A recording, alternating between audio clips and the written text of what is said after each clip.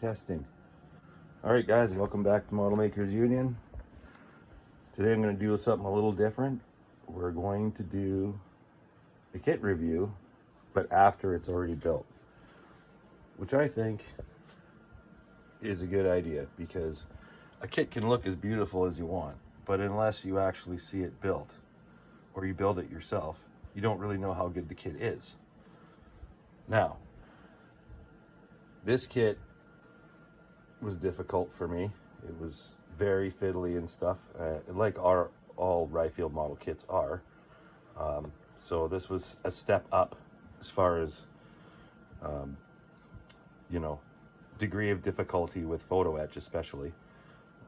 But as I went through it, it became easier and easier. So it's a practice thing, guys. You just got to keep at her. Now the Sturmtiger is built on the Tiger 1 chassis, of course. So what Ryfield Models has done is obviously given you a lot of the Tiger 1 parts to go with it for all the lower stuff. So I mean, there's quite a few parts left over. Drive sprockets, tow hooks, I might add some of this stuff here yet, but this is just built up the way the instructions go. I mean, there's a lot on every sprue, there's still parts left. So, pretty good bonus for the parts box. The kit wasn't even badly priced to begin with, really, for what you get. Now, we can take a little tour around this tank. You guys have seen the interior already, but I will show it to you again. This crane does move. This thing was a nightmare to put together. I'll explain that later.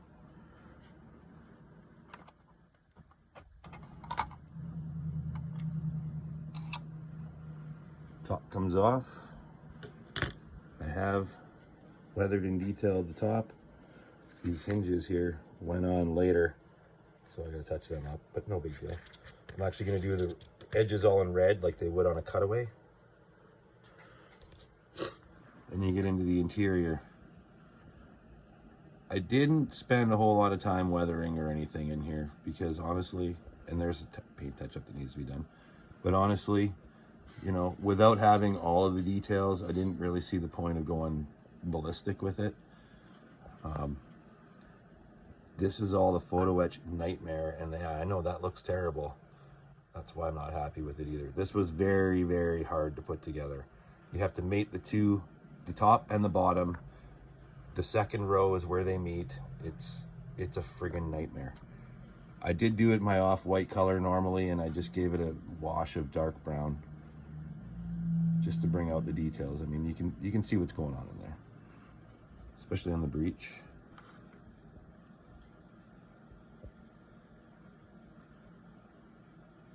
It just shows it all. I probably won't be doing, it won't be displayed with the top open. There's no real point. The rear door does open, so you can get a good look inside there.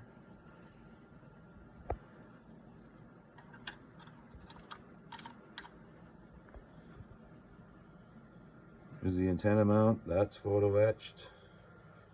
More photo etch there. Clamps. When you start looking around, there's a lot of brass. These are doubled up. There's also a piece that's got to go inside it. That one's a little crooked. Oh well, I'll fix that. This jack was a serious pain in the ass. The holes in the photo etch did not line up with the pins at all, so I ended up shaving the pins as much as I could, because once the photo etch was installed, it was impossible to drill it. It just started twisting it really badly, so I ended up having to resort to doing it that way. These are separate parts. Like everything that looks like it's a separate part is on a Ryfield model kit. Look at the jack block. There's actually a wing nut I still have to put on that goes right there. Yes, a photo etch wing nut. Here's more photo etch. The tools, they did come with an extra set of tools that has the molded in clamps. Those are the one I chose to use. That's the only photo etch I didn't use on this kit, was building those clamps, because I had no more patience for that. You know, but everywhere else I used it. There's just little bits of it everywhere. This section of the kit right here did not fit well. It required a lot of manipulation to make it work. It's a lot of goo and stuff. I'm just going to chisel and weld marks, because that's the way it actually looks anyways. But yeah, it did not fit well there. That's the only real fit issue I had with it. The lenses are in. I'll scrape them off after, not too worried.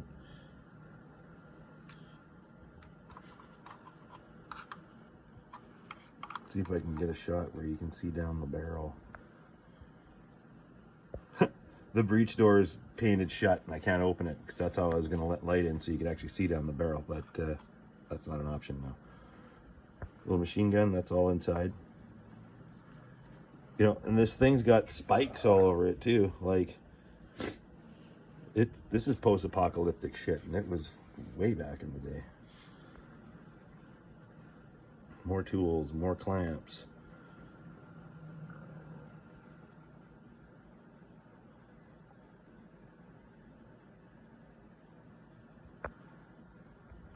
There's little holders at the ends there. Actually, they didn't have a bar that had the molded in clamp, so I cut one off and I cut the bar down and glued it all back together. It looks good, and it saved me all that stress. Oh yeah, these fenders didn't go on very well either. They required a lot of work, and they're not perfect, which is fine. I mean, they should be. A lot of the pictures I've seen, they're completely missing, or chunks are gone, or whatever.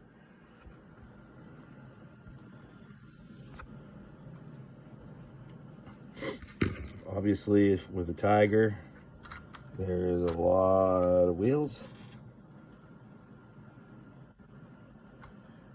The way they have you build this, you have to put the wheels on there. You can't keep them off. So it's a good thing they're all steel wheels. Will be easy to weather, I hope. They do roll really nice though. Everything rolls really nice. It's like a Hot Wheels. But anyways, okay. Moving on. Here's the crane that holds the ammo. They give you this piece of copper wire. Sorry about the focus. They give you this piece of copper wire to use for the cable. It's a bitch to work with. It's too stiff. As you can see, I got to repair that. I'm going to just replace that top part of the crane because it's snapped so many times trying to make all this work. This was a tricky piece as well. You have to fold the clamps in on one another, so it actually does clamp itself without glue. I just used the top of my super glue bottle to get it rounded. Well, that's as round as I could get it. It's good enough. Now, just to show you the size of the projectiles in relation to a human being, they're big. These are rocket-powered 16-inch rounds. This thing wasn't practical for a lot, but when it was used, you know, when they used it for what they were going to do with it, it did its job very well. Now we're going to get into the tracks. The tracks are workable completely. I assembled them all, cut them all out and assembled them in about 4 hours, which is pretty darn good. There's 96 links per side. Hollow guide horns. Well, they don't look hollow in the video, but they actually are. Oops. Anyways, so each one is 3 links, or 3 pieces per link, 96 links per side, for a total of 288 pieces. These are the paints I'm going to be using. It's late war, so I'm going to use the Tamiya late war colors.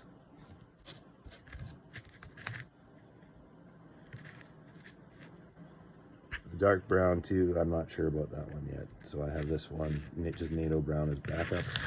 I will be doing my usual NATO black and white pre-shading. And over here, I thought I'd just show you a little bit about the tracks and the photo etch. Here's what's left of the photo etch.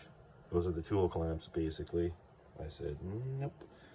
What's left would have been, you know, part of the interior, but because it's not a full interior, they don't get used.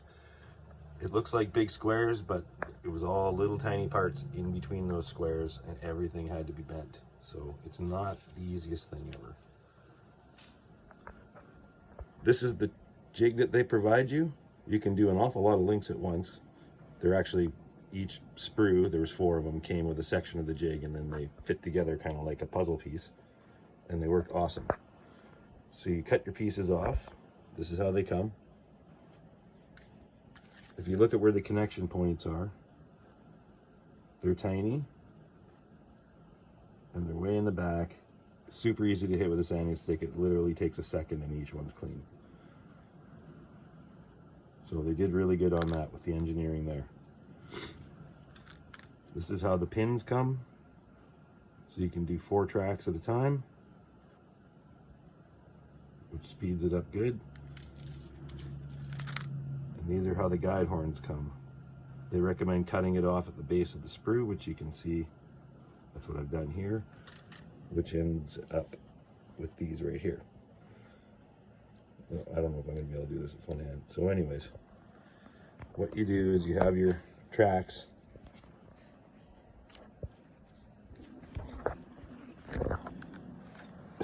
Yeah. I'm sure you can figure this out, but then you just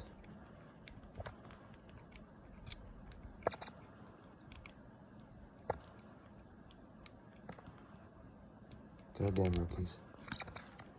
There you go. So it's inserted. You do the same on the other side. And I would just come along with my snips. After putting a little tiny drop of glue each spot, then I would just come in after, nip, nip, nip, nip, nip, cut them all off. Once those are all done, then you get into the guide horns. Now, if you look carefully on here, you'll see where the guide horns go. So you leave those little nubs on there so they're easy to pick up. So you pick them up with your tweezers. Then I would just open my bottle of glue, dip the end on the brush, and then you just pop it in place. One there. One there, and down the line you go. And then when they're all done, you flip the track over on its side and nip all those off. It's quick, it's easy, and it's great. So overall, my impressions of this kit are awesome. I love it.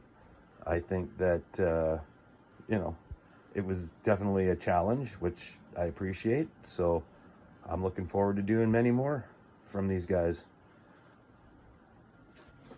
All right, I hope you appreciate this, and I'm gonna go eat some dinner and then get ready to start laying paint. Stay tuned.